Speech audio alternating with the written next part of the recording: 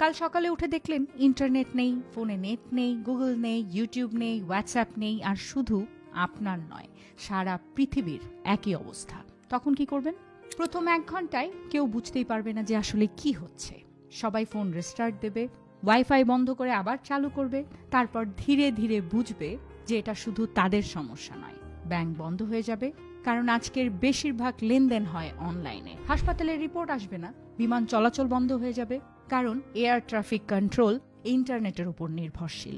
Super শপে গেলে দেখবেন বেশিরভাগ পণ্যের অর্ডারই হয় অনলাইনে। গুদামঘর খালি হয়ে যাবে, খাবার সংকট শুরু হবে। আর মানুষ হঠাৎ বুঝবে কিভাবে কথা বলতে হয়, সামনে বসে, চোখে চোখ রেখে।